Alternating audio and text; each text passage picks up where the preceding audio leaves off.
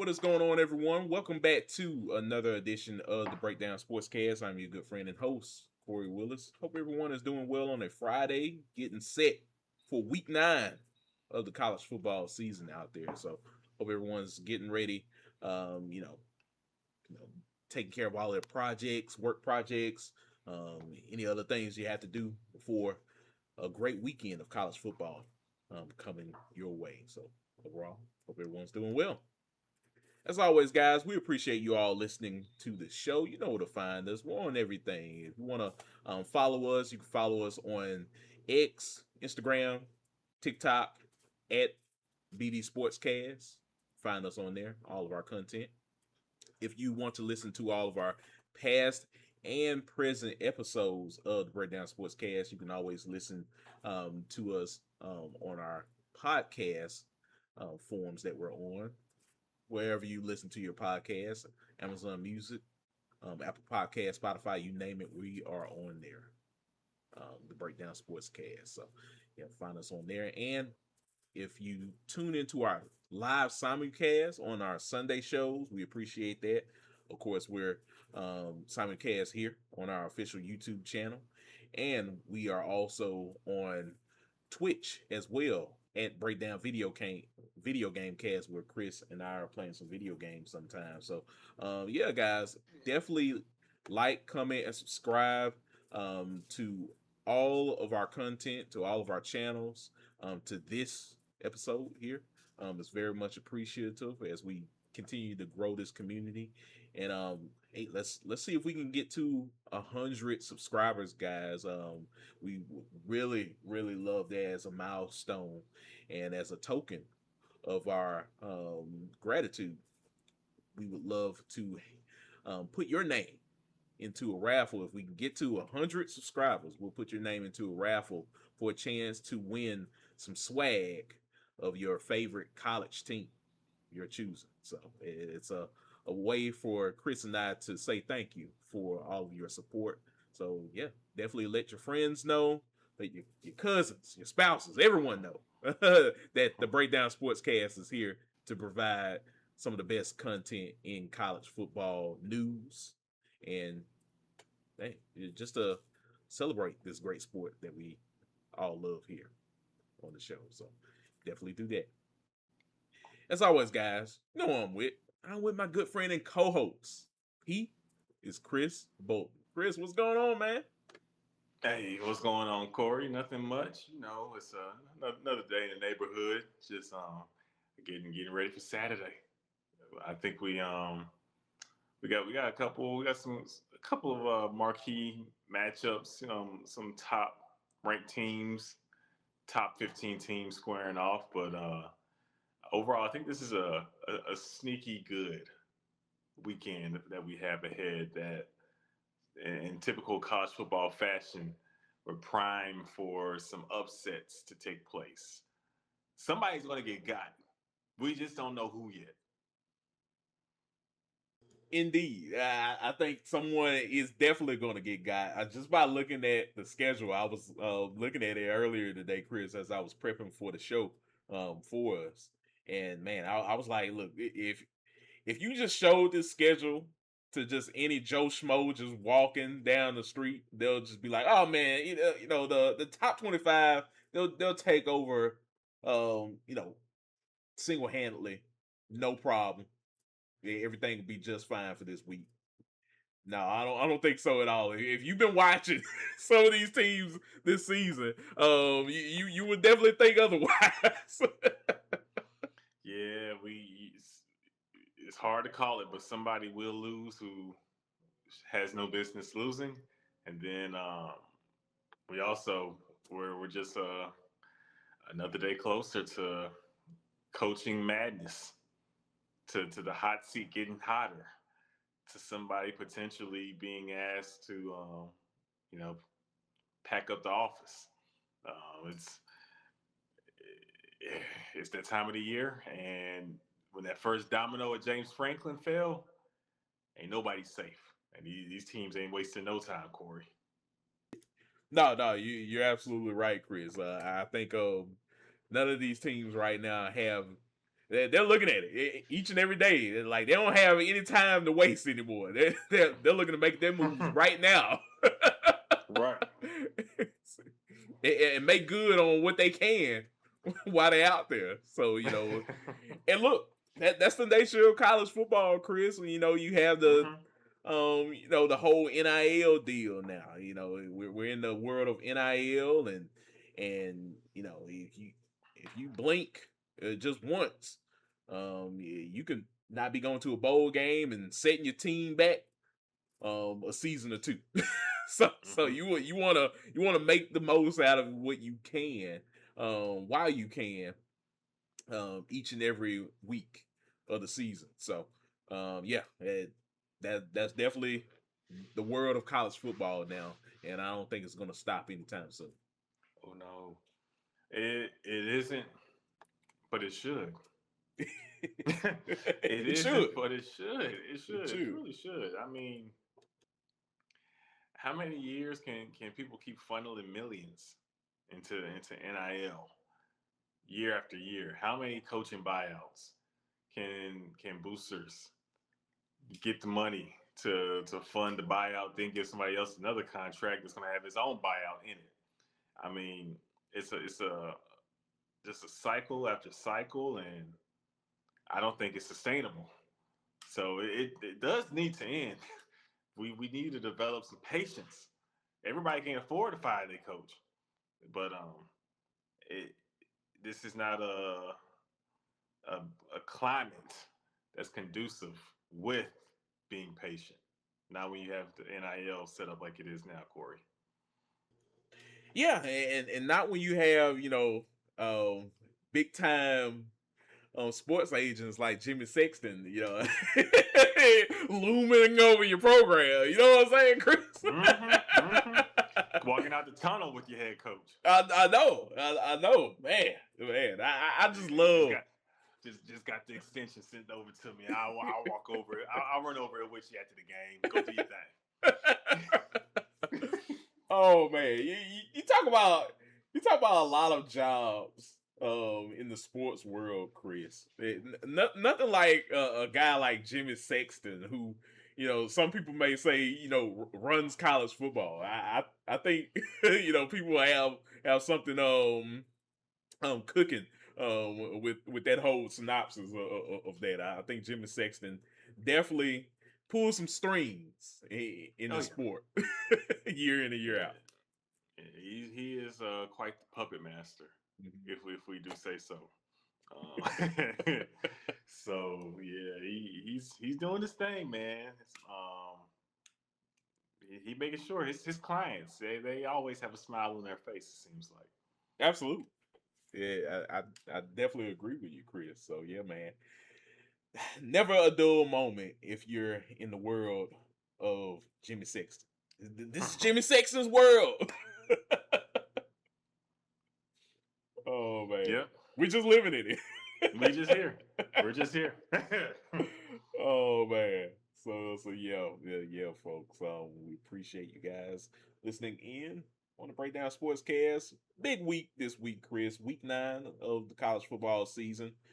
Man, we're winding down, getting closer to the postseason. But an interesting week this week. Are you ready to delve into some of these games this week? Let's do it. All right. So, week 9 predictions.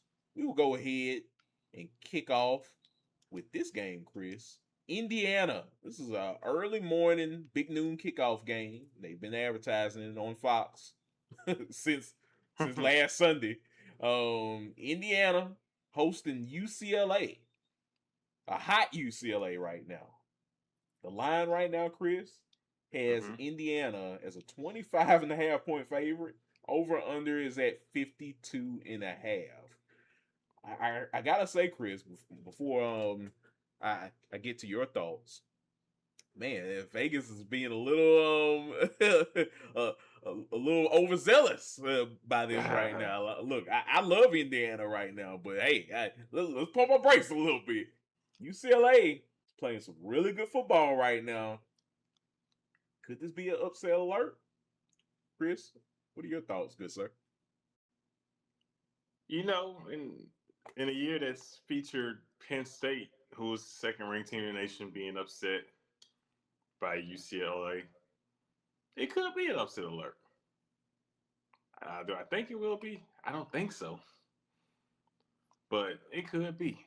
Um, UCLA's played much better football since firing their head coach, getting Deshaun Foster out of there, and the staff that's in place now is definitely coaching his tail off, and definitely trying to make a case that they need to be hired on full time with going forward with Skipper and Newheisel and what they're doing. It's been incredible to see the culture shift instantly overnight, Kory. This team is on a run, and for now they're going up against the real deal. It's been fun. It's been nice. It's been heartwarming. But now you got to play Indiana. And as crazy as that might sound to say, now you got to play Indiana when we're talking about football. But that is the reality we are living in the year 2025. Indiana ain't no joke. And I think Indiana is a team that is primed to be in the playoff, is a potential national championship contender. The team has a Heisman candidate at quarterback with Mendoza. They have one of the best leaders in college football with Coach Signetti. I think we're looking at someone who not only does he know ball, he has his team locked in a way that it's hard to quantify, Kory. This has been instant since since he arrived on campus in Bloomington. To see a team play to this level week in and week out, and they got some guys, but it's not like this team is just full of blue chippers. This is definitely the Kool-Aid. They're sipping the Kool-Aid. Whatever Coach C is giving them, they're taking it, and it's the secret stuff. They got everybody's playing to their max potential and believes. So it's hard to. I think it's going to be hard to see Indiana lose this one. I think Indiana does take care of business, and it might be close when it comes to covering the spread. I can see Indiana winning by 24, maybe 30. They might cover. But I don't think it's just guaranteed that they do. I can see UCLA trying to make a one of those late charges, like a backdoor cover, and Indiana might have been up 27. Next thing you know, UCLA scores a touchdown before the game's over. It's a 20-point win. I think Indiana wins comfortably. But shout out to UCLA. And if they make this a close game, that's a win in itself in my eyes, Kory, because Indiana is the truth. They are. They are a dangerous bunch, Chris. And that's one of the things why I mentioned like the line right now, 25 and a half. I don't know, man. I don't think I'm bold enough to put 25 and a half. I do think this Indiana team is very, very good. Of course, we talked about them ad nauseum this season so far. They're a really, really good football team, and I do think they will win this ball game. But I don't think they'll just run away with it like that. I do think this UCLA team has something cooking right now. And hey, shout out to Coach Skipper. Uh, shout out to Coach Newhouser. Like they're they're working wonders. And look, we didn't look at this UCLA team in the first 4 games of the season and predict that. Like this team was looking lifeless Yeah, we at thought one point. they might not win a game. You're right. Yeah. And now they're on the biggest stage, bigger than when they played Penn State. This is I know they're going to treat this like their Super Bowl this week. So, I think overall, like I said, I think Indiana has the edge. I'm going to give them the edge and say that they win this game. I'm going to say the score is going to be 42-35. I'm gonna say they win by a touchdown. Just Okay. just because I think Nico and company they're going to try to find ways to make this into a shootout, and maybe Indiana and maybe Kurt Signet is going to look forward for that to happen. If that actually takes place, and I think his team is built to handle a shootout Hmm. just fine. It's not going to be anything towards Indiana and say, oh man, their defense is terrible. No, I think it's just going to be the nature of who they played for this week. And they're playing against a feisty UCLA team that's going to find ways to score. That's it. So, yeah, I'm looking for Indiana, win by a touchdown. 42-35 is going to be my final score. Indiana wins. Okay. Okay. I'm gonna say 38-10. Personally, I do feel like Indiana can lock up, um, but I would love for it to be a close game. I mean, I would love to get the day started like that. With a good little barn burner for us to sizzle over. But I'm gonna say Indiana. I'm gonna give them the credit of saying that I think they are. I think this team is a couple levels above UCLA. They definitely will win. Uh, if it ends up being closer, so cool. But I think they should get the separation. I think we'll see how it all plays out. Yeah, yeah, we definitely will. So it's gonna be an interesting game. Definitely a interesting one that's kick off our day, Chris. So we'll definitely be talking about it um, as the day progresses on Saturday. But yeah, man.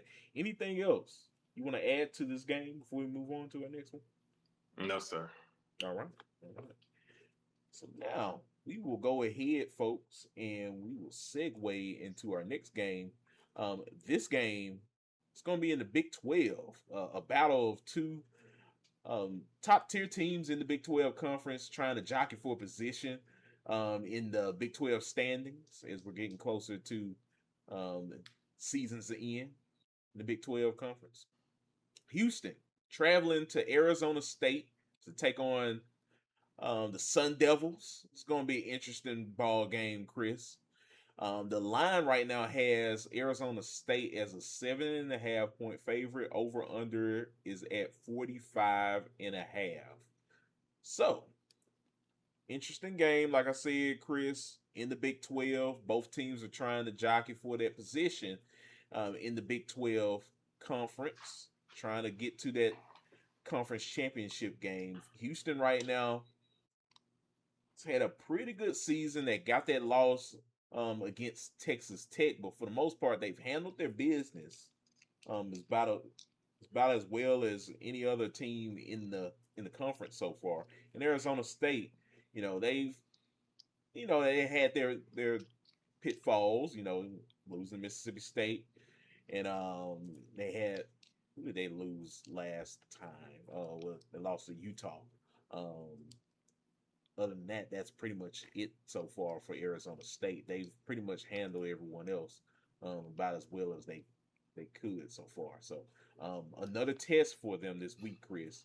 What are your thoughts about this game heading into Saturday? Yeah. Arizona State is a team that last year experienced a lot of success. Um, had their struggles this season, but you got a big win against the top team in the league in the conference over Texas Tech.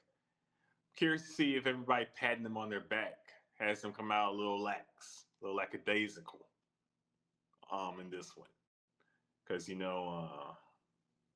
they their coaches challenged them all season long, and it feels like they haven't played with the same edge that they played with last season. So I think this is an opportunity to see have they grown them or matured in the way that they maintain that same focus that they had to beat Texas Tech. Will they carry that into this week? Then on the flip side, Houston's led by Connor Wegman. He's had his ups and downs in his career, but he's found a home in Houston. Talented quarterback, dual threat, can make plays with his arm, can make plays with his legs. This is a big moment for him. Can he play up to the caliber of player that he was viewed to be coming out of high school? Because he was one of those Elite 11 guys. So I'm curious to see how Wegman plays, and will he will the moment be too big? Because Wegman can get a little outside of himself sometimes, do a little too much. So I'm curious to see which kind of Wegman we get in this one, Kory. Yeah, I definitely agree with what you're saying, Chris. He's Conor Wegman has definitely had his moments, good and bad, throughout his career. I mean, we saw it firsthand when he was at Texas A&M. Yeah, I definitely agree with what you're saying. Which Conor Wegman will we get? Will we get efficient Conor Wegman or will we get sporadic Conor Wegman? And I think that's going to be vital into seeing if Houston can pull off the upset this weekend against Arizona State. So, yeah, for that, I definitely say that's definitely going to be a storyline heading into this ball game. One other thing I want to just add in terms of Houston, Willie Fritz was his second season with the Cougs. Definitely, he definitely retooled his team. This is a different Houston team than we saw in his first season Mm-hmm. down there, Mm-hmm. and he has his team humming right now. So um, there's no doubt in my mind that I think they'll be motivated, that they'll be excited to be in the moment against Arizona State, a team that's trying to get back to Dallas for a Big 12 championship game. So it's going to be interesting to see what they do. But in terms of Arizona State, this is a team you just feel that sense of urgency right now. Every time they talk to Kenny Dillingham, Chris, you can just tell the stakes are getting higher and Mm-hmm. higher every week. And right now, I know he feels it. I know their locker room feels it. They got embarrassed against Mississippi State earlier in the season. They Mm-hmm. don't want to get embarrassed pretty much anymore this season. They want to run the table if they can. So I'm looking at a motivated Arizona State that's going to come out in this ball game and try to win it. I'm going to say that they will win this ball game. I'm going to put in my score. Arizona State wins 24-17. Another close score. um, just because I think both of these squads are really, really good squads right now. But I do think Jordan Tyson, Sam Levitt, that crew, they're going to lean into what they know. And that's definitely getting downfield, definitely running the football when they can, and playing some good physical defense towards the end to squeeze out of this game with the victory. So 24-17 is my final score for this one. I got Arizona State winning 27-21. Um, but Houston definitely has a chance of winning. If the Cougs run the ball, I'm gonna set the benchmark, Kory, at 175 rushing yards. If the Cougs have 175 as a team on the ground, I think they have set themselves up to win. I think they won. Both of these teams want to run the ball and establish their dominance at the line of scrimmage. And with that running game, it sets up the passing. We know what Jordan Tyson does on the outside. He's just unbelievable. But if Wegman can get the play action passing working, if he gets that play action game working in this game because of this team running the ball very well, hey, we got a game on our hands. This won't be an easy one for Arizona State, but I think ultimately being at home, Sam Levitt and company will get the dub.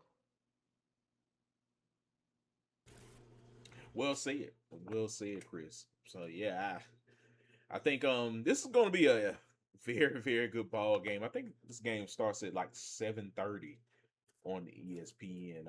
So it's gonna be a later in the evening ball game. So yeah, so 7 p.m. on ESPN too. So definitely gonna be a big game to watch in the Big 12 conference for sure. So yeah, two teams think they're at the end of the day they're going to give it their all, just because they're very close.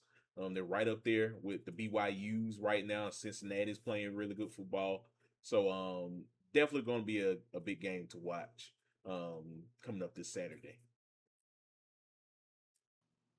For sure, it's gonna be a fun one. hmm So yeah, man. So we will see. We'll see who comes out in this game on top. Chris, should be a fun one. But Oh yeah. anything else you want to mention about this game before we move on? Nah, let's keep it rolling. All right. All right. Moving along, of course, folks. We appreciate you guys listening to the show. Feel free to like, comment, and subscribe. Let us know what are your favorite games for this weekend, week 9 of the college football season. So, moving along, Chris, we have a big showdown in the SEC. LSU hosting Texas A&M. The line right now has Texas A&M as a 2.5 point favorite. Over Mm-hmm. under is at 50.5. So this is a game all week, Chris. I've been thinking about off and on. I know you probably have as well.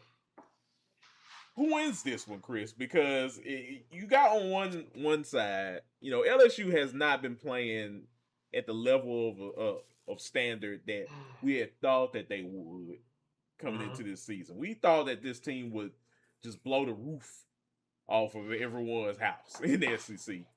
Has Mm-hmm. not happened. No one has been impressed by LSU this season. But A&M, so far, Mike Elko has had this team humming right now. They're in the top 5 of college football right now. They're playing very good football. What do you think about this A&M team, Chris? Do you think that this team will handle LSU just fine this week? Man, I've been tossing and turning. I have a couple of. I have one part of me saying one thing, and then the other part saying another. Kory, this is this is tough because I feel like if LSU, this is a game that you need more than any this season. You are at home, Death Valley. What time is kickoff, Kory? Is kickoff at 6:30 Central? Kickoff, let me see. It looks like kickoff is, yes, 6:30 Central on ABC. Nighttime game at Baton Nighttime game at Rouge. Death Valley. You need this one for so many reasons. One, it's already Death Valley at night. It don't matter what the circumstances are for what LSU has going on. If everything is great or times are bad, you don't lose at night at Death Valley. So that's one.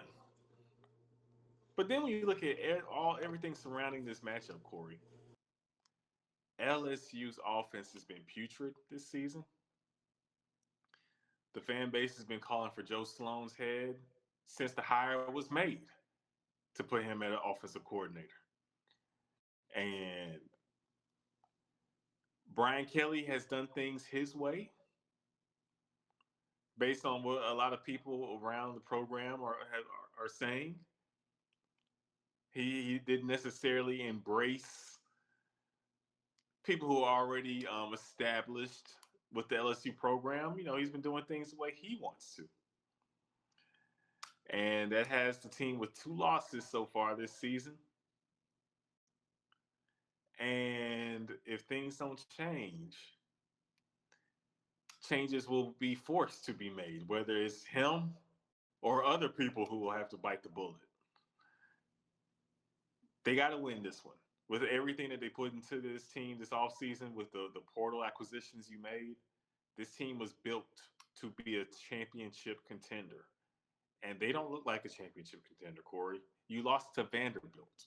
Respectfully to Clark Lee, but you lost to Vanderbilt. Championship contender and losing to Vanderbilt don't go in the same sentence, Kory. I don't care how good Vandy is. Those two things don't go together. Not LSU. No, not at all. And now you welcome A&M to town. It's quite the mixture, because it's like something's got to be broken here. Something's got to be fixed. Whether it's LSU and Brian Kelly get on the right track, or Texas A&M shaking the boogeyman off them for always being good and then finding a way to lose. Something has to fix itself at this point. Um, my head tells me that A&M wins this game, Kory. LSU did make some strides against Vandy when it came to some execution offensively, but I still feel like they are far from where they should be at this point. And if Marcel Reed plays smart football, don't have to make a play every play, Marcel. Take care of the football. Don't give LSU short fields. If he takes care of the football, has one turnover maximum, we'll allow you to throw one interception. If all he has is one interception, no fumble, I think A&M is in good shape. If he plays outside himself and has multiple turnovers, LSU can definitely win this game. But I think it takes A&M shooting themselves in the foot for LSU to win this game. My heart says LSU finds a way, but I'm not listening to my heart in this one. I know what I've seen from both teams this season. A&M is the better football team. LSU might be more talented, but both of these teams are extremely talented across the board. Be curious to see how Mario Craver, how he does going matching up against this LSU secondary.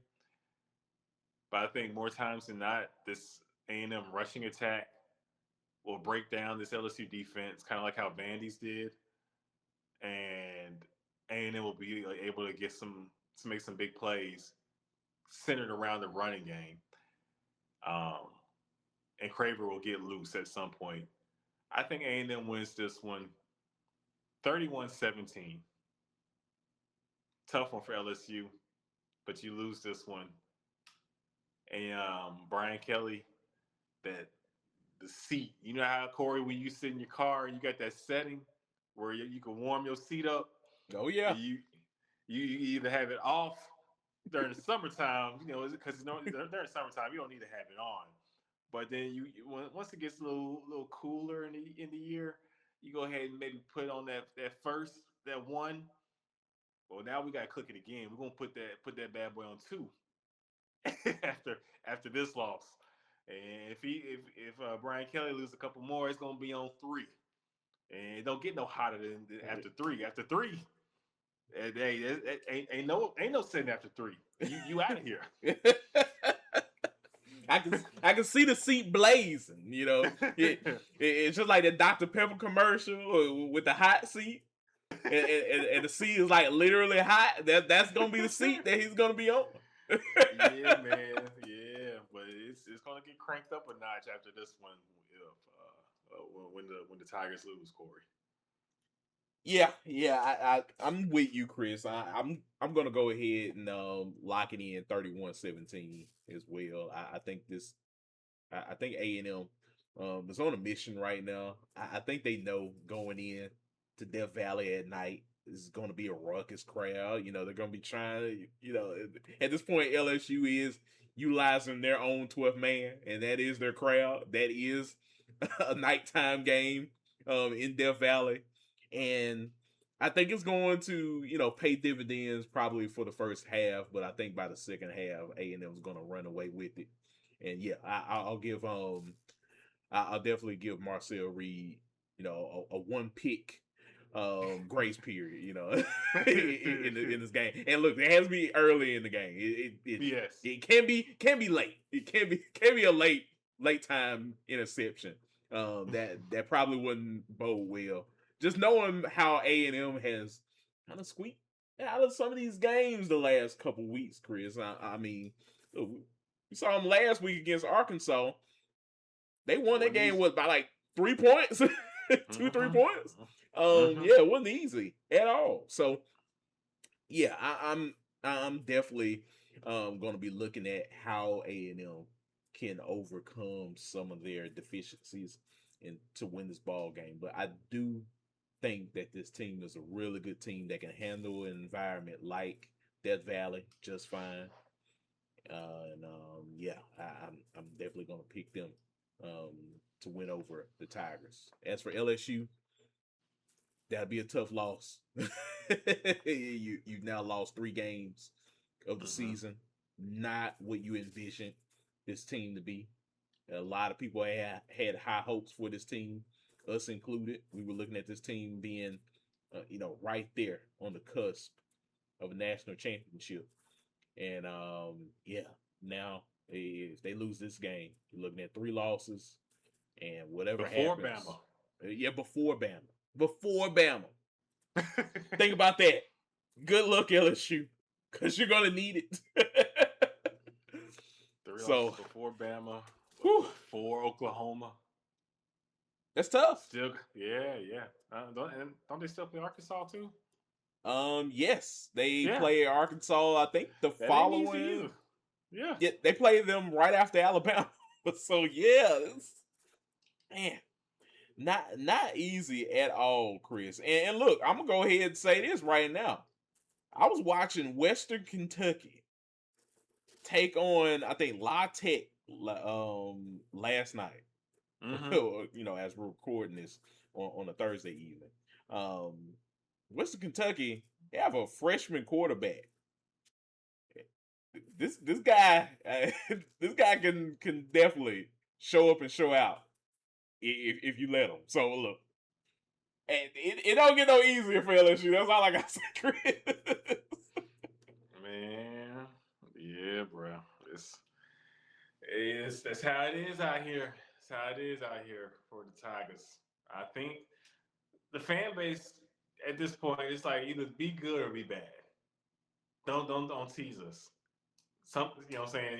Either bring us all the way in or do what needs to be done so we can get this thing fixed. And so yeah, Brian Kelly, you got a decision to make. You gonna get this thing together, or does LSU have to get it together for you? Because either way, it's gonna get together. It's gonna get figured out. We can do it the easy way or the hard way. The choice is yours. Oh man, yeah. And yeah, the choice is indeed yours. So Brian Kelly. So hey, you're on the clock, sir. You are on the clock. And actually, you've been on the clock, and now the time is just winding down. So yeah, it's gonna be tough, Chris. But yeah, man. Yeah, Rodney Tisdale Jr. is now the freshman quarterback for Western Kentucky that I was looking at, Chris. And yeah, this guy, he has what it takes. He got some juice. Yeah, he got some juice on him. We thought it was gonna be Maverick McIver this year, and he got injured. So yeah, man, it doesn't stop. Rodney's team. Yeah. It does not stop for LSU in terms of dynamic offenses. It doesn't matter if it's Group of 5, Power 4, you name it. They're gonna be in a dogfight every week, Chris. Ooh-wee. See, and it should not be like that in LSU, man. You got the whole state of Louisiana to yourself, recruiting wise. It shouldn't be this difficult, but here we are. Here we are. So It's gonna be interesting to watch this ball game, Chris. Well, I know we're definitely gonna be chiming in on it on Saturday. Should be a fun one. Yes, sir. Yes, sir. Anything else you want to add to this game before we move on to Bolton's pets? We can keep it rolling. All right. All right. Well, now, Chris, we are about to head over to Bolton's bets for week 9 of the college football season. Got some interesting ones here. We'll go ahead and kick off with one that I had to look at this game, and I was in awe when I was looking at it, Chris. And I couldn't wait to get your take on this. Auburn taking on Arkansas. The line has Arkansas as a 3.5 point favorite. Over under is at 55.5. So, Chris, go ahead, sir. Let us know what you have for this week for Arkansas. Hugh Freeze, thank you for your services. This is the farewell game. I mean, rumors already circulating. Deuce night, portal ready. We know all the drama going on with guys who are being red-shirted this season and not dressing out for Auburn. A lot of turmoil in that locker room. A lot of turmoil. This team, despite all the talent they have, Kory, they just don't have it offensively. But Arkansas does. I think there is real potential with everything going on and how motivated Arkansas is with Bobby Petrino. Bobby's trying to get another job. He's auditioning. he want that old thing back. So I think Arkansas is going to go out here and try to make a point. I think they want to embarrass Auburn. And all it takes is Arkansas in the first quarter. If they do what Mississippi State could not do to Florida and get up 14-0 early on this Auburn team, Auburn will lay down. And this game will get ugly. So I think Arkansas is in a prime spot to put a beat down on Auburn and just put Hugh Freeze's misery to bed and get him out of town. Man, it's just I can just imagine how lifeless the Auburn fan base will be at that point. They will just be livid and just astounded by what they see. You know what? Maybe I'm giving them a little bit too much credit. Maybe they wouldn't be. Maybe they know exactly what they're watching, and they would not be surprised at all by what they're seeing. Because when you look at it this season, Chris, it has been a blunder. It's been a mess known as Auburn football this season. And what else can I say? It just has not been a season that a lot of Auburn fans had hoped when they had got a guy like Jackson Arnold in this season, especially with the receivers that they had brought in. Yeah. Just not been it. I think it's been worse than LSU. At least we can say LSU has been riddled with, Garrett Nussmeier's injury, and a couple other guys have been getting injured. This Caden Durham, yeah. This is different.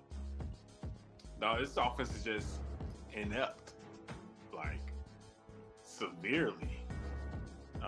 Jackson Arnold, he's that red ruby right now, Kory, and CFB. He ain't the gym.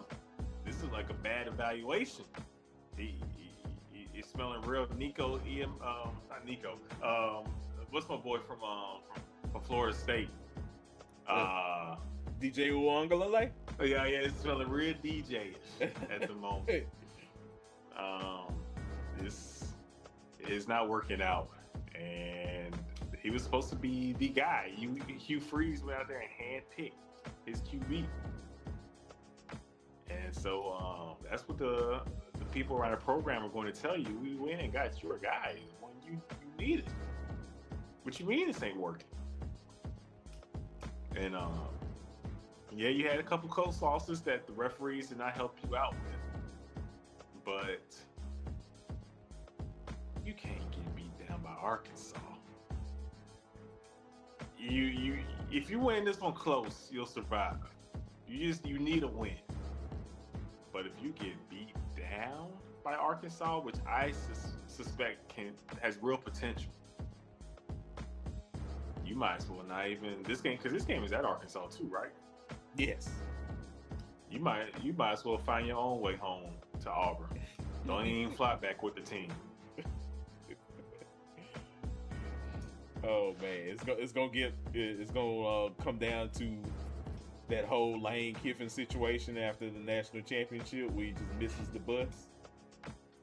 Yeah. You might as well just go ahead and just get on that Delta app or that American Airlines app. Just go ahead and find your own flight. Oh man, it sucks, but I'm with you, partner. I feel like Auburn they're definitely on the cusp of getting manhandled in this ball game. I don't see it with the lack of offense that we've seen from Auburn. I just don't see it. This is not a good offensive team, man. It is all on Hugh Freeze. The pieces are there. This offense should be much better than what it is. Yeah, I agree. Much better. Mm-hmm. And they just have not broken through at all, Chris. We were waiting on it. We thought that there was an opportunity. When we saw them against Baylor, we saw it. We were like, hey, they're running a lot, but maybe it was that lone anomaly of a game. Maybe that's all they needed to win. And then you started seeing it a little bit more and more, and you're like, oh, maybe this team isn't as potent on offense as one might think. Could this come back to bite them? And it has, on top of officiating. Talk about all that all we want to, Chris, but overall, the X's and O's on offense has just not been there, and that's one of the biggest disappointments of this season for Auburn. Yeah, Hugh Freeze don't got his fastball no more. Like, no, that's unfortunate.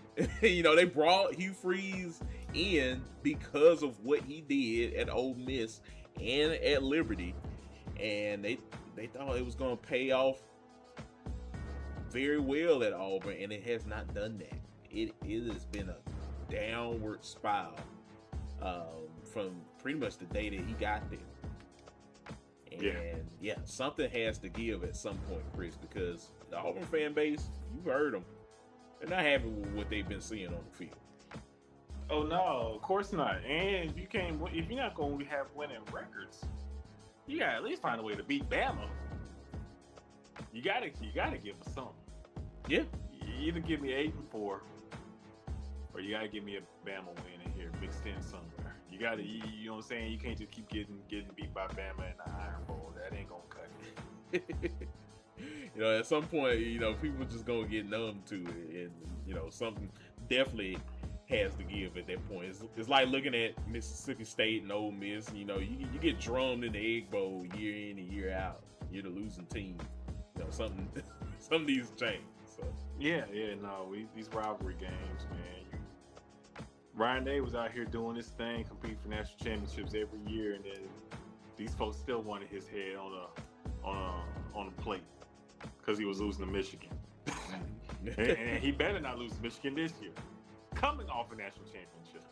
But that's how it is out here, man. You can't lose these rivalry games, so if you're gonna stink, you gotta at least beat your rival. Right. So yeah, man, we will see what happens in this ball game. It's definitely an interesting one. I was very intrigued when you had put this on the list as I was prepping up the show for us earlier. So yeah, man, definitely will be an interesting ball game. So we'll see. Next up, Chris, we have another big SEC game. Oklahoma hosts Ole Miss. The line has Oklahoma as a 5.5 point favorite. Over under is at 52.5. Let us know, Chris. Got Ole Miss in this one. Let us know your thoughts about this game. Yeah, I'm saying Ole Miss with the points. I know Ole Miss is on the road, and Oklahoma is favored. Ole Miss, fresh off a Georgia game where they played great football offensively for the most part. The defense had its struggles, but I don't know, Kory. I'm not convinced that how Oklahoma is currently constructed, if they are set up to have the success that Georgia had against Ole Miss's defense, I think you can make a case that Georgia is playing much cleaner football, is executing much better offensively over the last few weeks than how Oklahoma has looked since John Mateer's return. I'm not 100% convinced Mateer is healthy. I don't know if he's 100%. I know it's a road game, but they are desperate. And I think Ole Miss will come in and do everything needed to leave Norman with the win. They got to win this one. This will be a desperate Ole Miss team. And so, with the struggles Oklahoma has had, and I'm not convinced Mateer is the same guy that we saw earlier this season before the injury, I'm going to side with Ole Miss. It won't be easy. Not at all. Very well, it could be tougher than the Georgia game. But because of going through that Georgia game, and you also had your scrap with LSU earlier this season, this is a battle-tested Ole Miss team. I think they at least keep it close. But I think there is a great opportunity for Ole Miss to leave Norman with the victory. The opportunity is definitely there. I do think this team, this Ole Miss team, is a little ticked off after what happened last week in Athens. So, going into another environment, Oklahoma, it's going to be a hostile environment. I think they want to still start off fast and keep the foot on the gas pedal. It's Lane Kiffin. That's just what he does best, Chris. And, my thing of it is that how long will Oklahoma ride on their defense in knowing that Lane and company are going to do that if the going gets tough with their offense? Because, like you said, Mateer has not been the Mateer that we saw in the first couple weeks of the season before his hand injury. It just kind of, especially the Red River game where that was probably his, it wasn't probably, it was his worst performance. What Oklahoma team are we going to see from an offensive standpoint? I think this game definitely predicates on that, because if we get to see the Oklahoma in the first half of the season, Chris, before Red River, I think this is going to be a fun game. This might be one of the fun premier matchups of the week. But if they showcase what we saw from them in Red River and a little bit of last week as well, I think Ole Miss can get you, and that should be a concern for Oklahoma this week. Ole Miss can score on you with a drop of a dime. How are you going to respond if the Rebels do that? So, I'm interested in this game, Chris. I want to see what Oklahoma can do in order to stop Ole Miss's offense, but also what can they do to answer the call offensively if Ole Miss punches them in the mouth. Exactly. This ain't South Carolina you're playing. South Carolina is in that same boat with LSU, Auburn. Offense is MIA. It's on a milk carton. You can't find the offenses for those teams. Ole Miss ain't got that problem. If it's one thing they gonna keep on them, it's an offense. So you definitely got to be prepared to put points up and execute offensively. Ole Miss's defense isn't their strength. Definitely regressed significantly since last season. But can you do what you need to do to execute against Ole Miss's defense? Because doesn't matter how average or just slightly above average Ole Miss's defense is, if you can't execute. So we'll see how this plays out, but I think Lane Kiffin and company, I feel like they didn't get the win against Georgia, but I don't think Ole Miss is going to regress back to just being that old Ole Miss that, they lost a big game, then they can get blown out the next week. I think Ole Miss is a very confident team. Feels like they belong where they are at and want to make sure everyone knows that they are a playoff team. And if you win this game on the road, you pretty much you lock yourself in the SEC as one of the top teams. You feel very confident going forward the rest of the season. Agreed. Agreed. So, yeah, definitely gonna be an interesting ball game, but we'll keep our eyes on Ole Miss. As you have them on your Bolton's bets list for this week. So, who knows? Who knows what could happen? That's why they play the games, Chris. That's the reason why they say that. So yes, sir. And finally, our last Bolton's bets pick of the week for week 9, Chris. You have Vanderbilt taking on Missouri. The line right now has Vandy as a 2.5 point favorite. Over under is at 52.5. Let us know why you picked Vandy in this one, Chris. Both very well coached teams. When I look at Vandy and what Clark Lee is doing there, I think these guys, I think they are a playoff team, Kory. We've been banging this drum all season long, and they just do the right things. They have a playmaker in Diego Pavia, someone that I think has learned from the Bama game where he tried to do too much, did not do the same thing against LSU, took the plays that were there for him to make. I think he'll do the same thing against this Missouri team. And if there's one thing that separates these two teams in my eyes, because both of them, like I said, are well coached and tip programs that are kind of looked down at, so they both play with chips on their shoulder. I'm gonna just be honest. Bo Prabula has not moved me lately. I'm not liking what I see from Bo. Now you're telling me Bo has to go on the road and lead his team to beat this very, strong and disciplined football team that has a playmaker that I feel like it's playing, within himself now. I'm going with Vandy.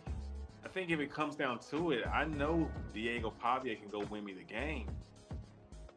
I don't know that Bo Prabula can go do that for me. And he's on the road and expected to do that against a top 10 team in the nation? Nah. Give me Vandy. Give me Vandy. Yeah, I think when you're looking at both of these quarterbacks in Bo Prabula and you're looking at Diego Pavia, for me personally, I just think it comes with the guy that has the more spunk. And I think, I know that's an old timey word, in our day and age. But You always heard that word with us growing up, Chris. You gotta have that spunk. I think Diego Pavia has that. He got the juice. He's that guy that will not be denied. Like I don't care what anyone says. They're playing at home in front of their crowd. We saw that crowd last week against LSU. They were happy to be there. I think they're going to be happy to be there against Missouri, a team that they know that's, coming up towards their level, and they want to make a statement. I think this is a statement game for Vanderbilt, where they want to make sure that, hey, we want to pull away from the rest of the middle of the SEC. Yeah, I mean, right now between these two, this is your middle tier SEC teams, tried and true right now. And they want to be at the top of that. So, yeah, I'll take Vandy as well, and plus the points. I think this is a really good football team. Yeah, no, Vandy's going to make it do what it do, I think, and that'll set up for an interesting matchup the following week, because I think Vandy wins this game. I think Texas is on the horizon for Vanderbilt as well. We'll see how Texas is looking, because I got a little bonus for you, Kory. Go ahead. I'm not going to say, I'm not necessarily calling Mississippi State to win, because that'd be quite the feat, especially after how this state team lost to Florida, a game that was in the bag almost for Mississippi State. Yeah. But I will say this. I think there's still a really good chance Mississippi State beats Texas. As crazy as that sounds, Texas just continues to look inept offensively. This is a team that went tooth and nail with Kentucky. Should not have Kentucky and if Kentucky and Mississippi State line it up right now, I think Mississippi State wins by a couple TDs. Yeah. Now you got to go on the road to Mississippi State. You dodged a bullet in Lexington. I don't think you dodged that same bullet, and I think Jeff Lebby. I think we might get a Lebby masterclass, Kory. I think he's going to be in his bag for this one. He has to be. This is after homecoming. How things played out. And after how you lost last week, you got to remind people why y'all hired me. Yeah. This is a big pride game for Jeff Lebby. Mm-hmm. People really, talking crazy about your name right now. Yeah. Do we need another coach? Blah, blah, blah. You know how I feel about Jeff Lebby. He made it. It was boneheaded. It was dumb. Mm-hmm. I will say that was a dumb play call. But we see the growth and the leap this team has made, despite it not showing in the record right now. This team is 4-3. Very well could be 6-1. But I see it on the field. I think they clean some things up. I think they execute some big plays downfield. I really see Mississippi State winning. I'm not going to just tell y'all to go straight money line, but Texas minus 7.5. That's just, I don't know, Kory. I can't get with that. Not with how Texas has looked offensively, and the strength for State so far, honestly, has been the defense. Yes. That's their tried and true right there. They have hung their hat on their defense this season, and it's worked in their favor. Almost. Their offense hasn't helped them, secure victories, but they've definitely been in ball games, is what I'm saying. With their defense. And hey, look, this is a team. A year ago, the fan base, they were talking about fire Coleman Hustler, get him out of here. Hell, I even had those feelings. I'm not gonna lie. And look at the turnaround that this Mississippi State defense has made, heading into year 2 under Lebby. The defense, a complete 180. A 360 at this point. They're playing some really good football right now. So, hey, I think the name of the game, Chris, is attack Arch Manning for 4 quarters. Make him feel pressure, because I think that's That's typically how you can beat Florida is if you can pressure Arch Manning and this offensive line that, let's be honest about their offensive line, have not been playing very well this season. This is a Texas team that they set aside NIL money for offensive linemen, and they have been playing completely abysmal football in the trenches. And that's unlike Texas, Chris. So yeah, that's what I'm saying. Attack that offensive line, attack Arch Manning, and try to force them to make mistakes. And if you can do that, I think Mississippi State has a shot. Definitely. Mississippi State is desperate for a signature win. Mm-hmm. This is good of, I mean, Florida would have been nice.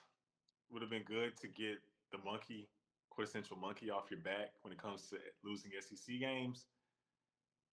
Texas is ranked. Should they be ranked? That's a question for another day. But Texas is ranked. This is your chance, your best chance for that signature win, Jeff Levy. Go make it happen. Yes. Because this team is susceptible, boy. Texas ain't it, Kory. Texas ain't it. No, and they got a lot of injuries coming into this week. And last thing I heard, Fluff Bockwell, questionable. Upgrade to questionable. Could we see him, Chris, potentially, even if he plays a couple of drives? Could we see him this week? I hope so. Ain't that what Kodak Black said? Yep. He did say that. Hey, I'm just saying, Chris, I don't think this is the week Texas fans to, chalk this one up as a sure win. I think you have every part of you, every right of you to, be concerned this week, because this is a team that we've been saying has an opportunity to get someone in the SEC this year. And they got to. Look, second year under Levy, you're trying to get bowl eligible. Mississippi State hasn't been bowl eligible for about three seasons now. Like, something has to give. So we will see. We will see. So yeah, man. But week 9, Chris, a lot of great games coming up this weekend. I can't wait, man. This is gonna be a fun weekend. That a lot of us are gonna be talking about. Yeah, it's just so much stuff. South Florida taking on Memphis. Two teams, two G5 teams trying to make a name for themselves and try to get back. From Memphis, trying to get on their winning ways after their loss last week, and everything's still in front of them as well. So yeah, you got that game. You got Alabama taking on South Carolina. Will Alabama be a little lackadaisical? Will they be feeling themselves a little bit? Heading into Columbia. We know how sometimes South Carolina can be, in that place in Williams-Brice. Not an easy place to play. But Tennessee, Kentucky? Yeah. Is Kentucky, is Tennessee really that good, or they're just all right? Right. No. You got Baylor, Cincinnati. Yeah. Another intriguing matchup. Kansas State. Let's see. You got Stanford BYU, at Miami. Iowa State. Stanford, Miami. I mean, there's a lot of upset potential out here. Yeah. I agree. I agree. And look, this is what makes college football just an amazing sport, because you never know which one of these games can pretty much create a ripple effect throughout the weekend. So that's why we play the games, Chris. Why we play the games. Yes, sir. But another great show, good sir. Always great to chop it up with you talking college football.